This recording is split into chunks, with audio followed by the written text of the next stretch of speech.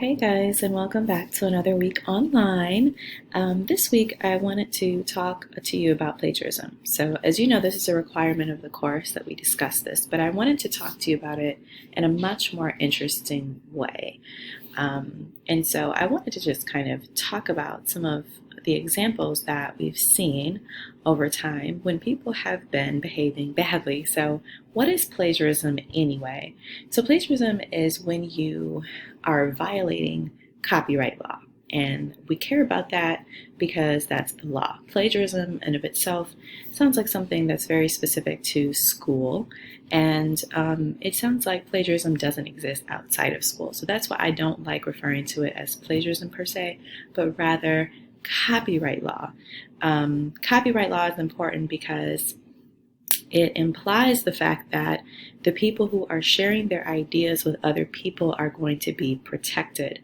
It also encourages people to share what they know. This is the purpose of copyright law, so that we can grow together as a society, as a world community, share our ideas freely and still be protected.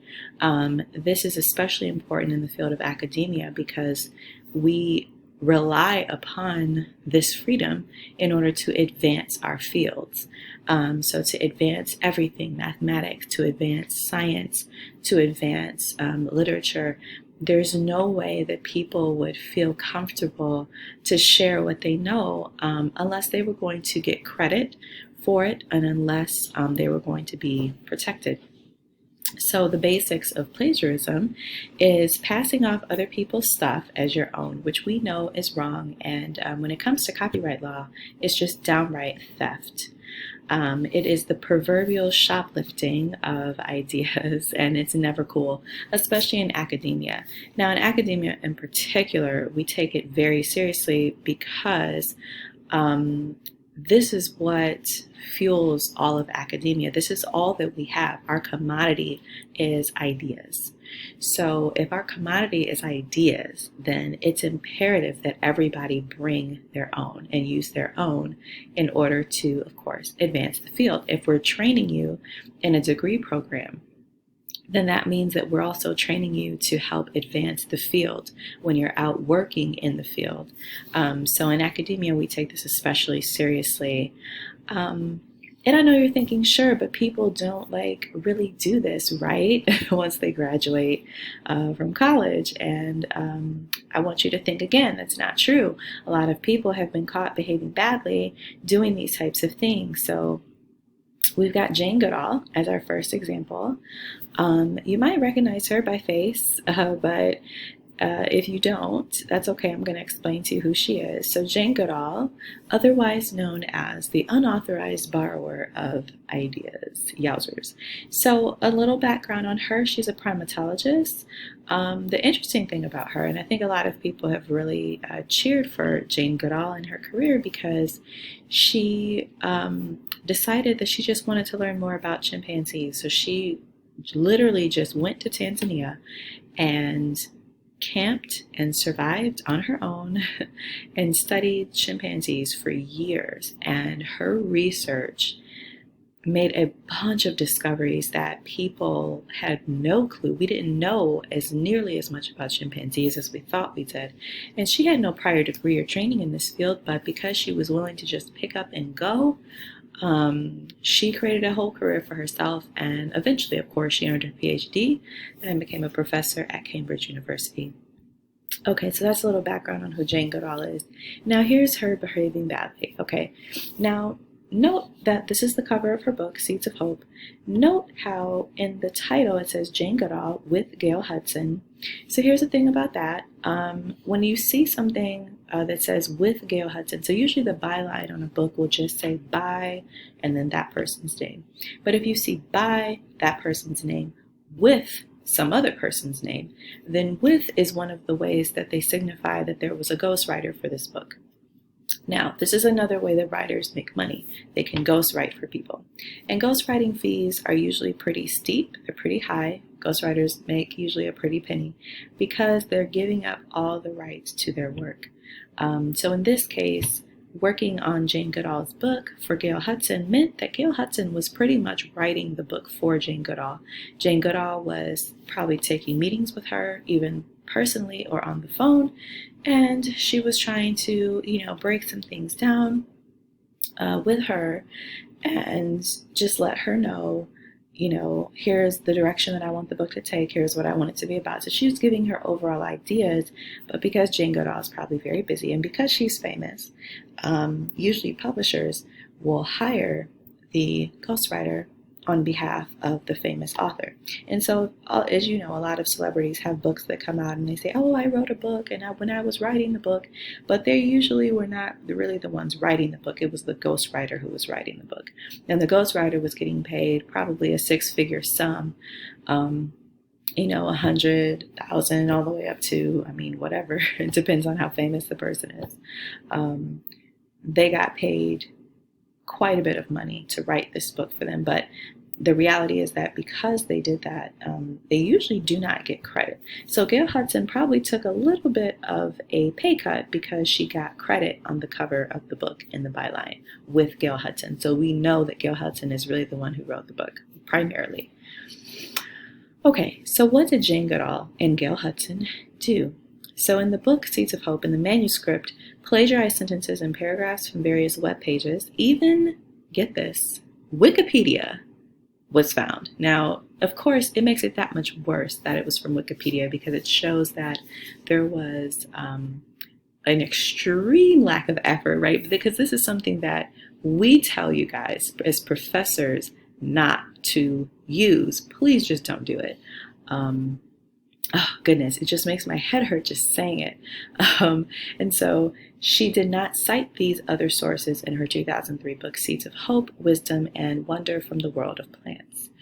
And so there are a variety of things that could have happened here. In a word, yikes, right? You never want that. You never want a manuscript to come out and then there to come out that you've plagiarized, that you've got uncredited sources. Oh, geez. And of course, it tarnished her credibility. This is a fundamental academic no-no, right? And the result was the book was held back, right? And it was modified to reflect that all of the sources that were found were properly cited. But this is just one of the things that can happen in the real world, right? Because in the real world, we take copyright law seriously, and that's why in school we take plagiarism seriously. So the book was held back. In Jane Goodall's defense, this is what she said in response.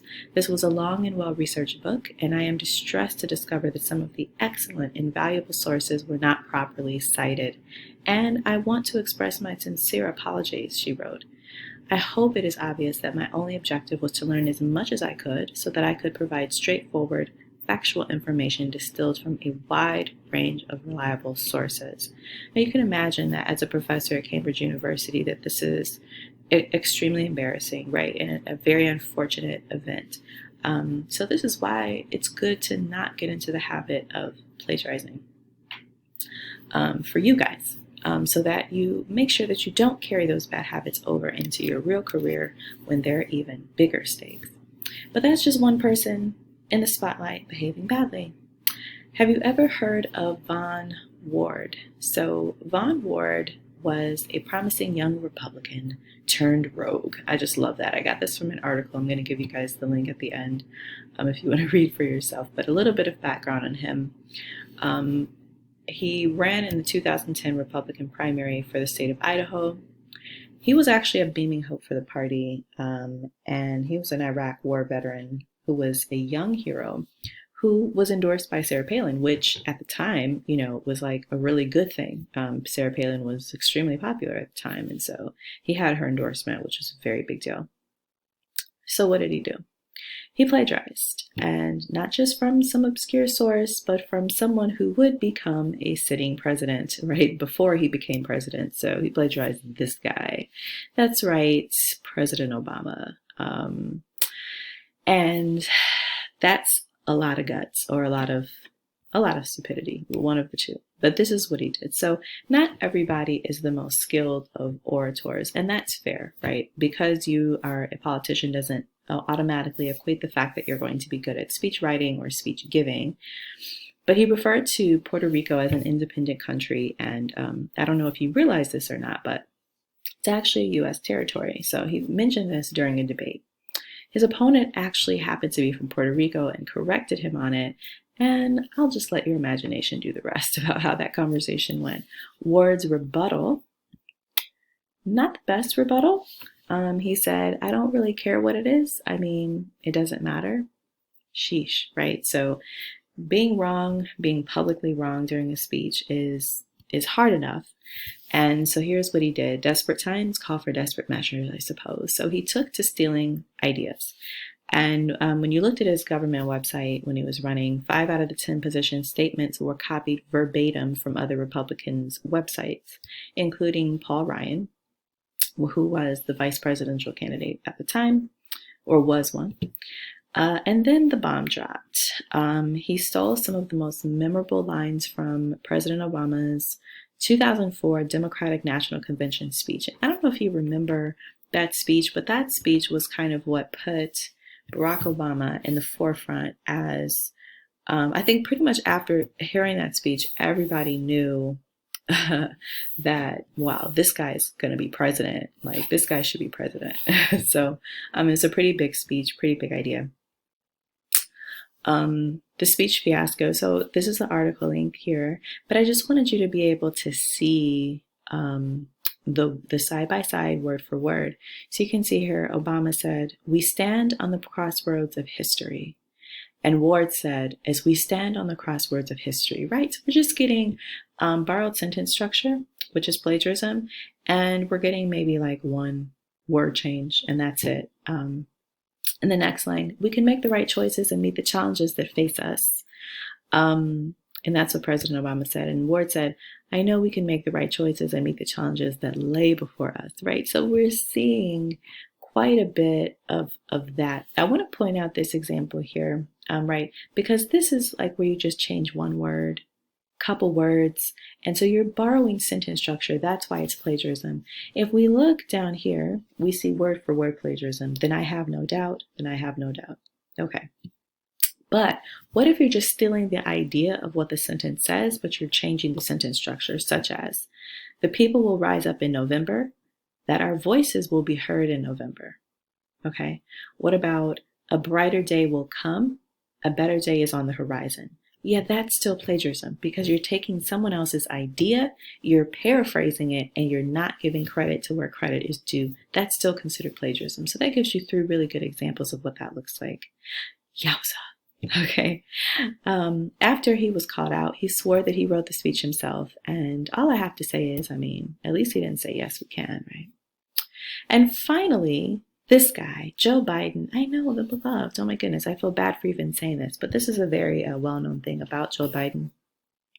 He's been known for verbal slips from time to time, but plagiarism is a more serious offense. So a little bit of backstory on Joe Biden. In 1987, he ran for president then too, during his own campaign for the presidential throne in the Democratic race. And it didn't look good for him until there was a major opponent who withdrew from the race.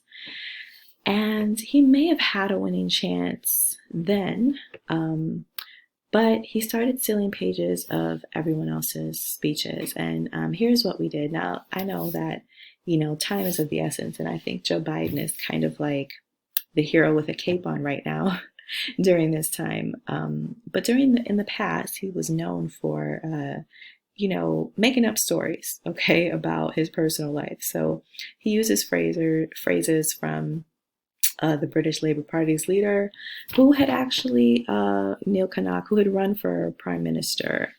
And he first was doing the right thing by giving credit to where credit is due. He was attributing the material to Kinnock, but then got a little bit carried away.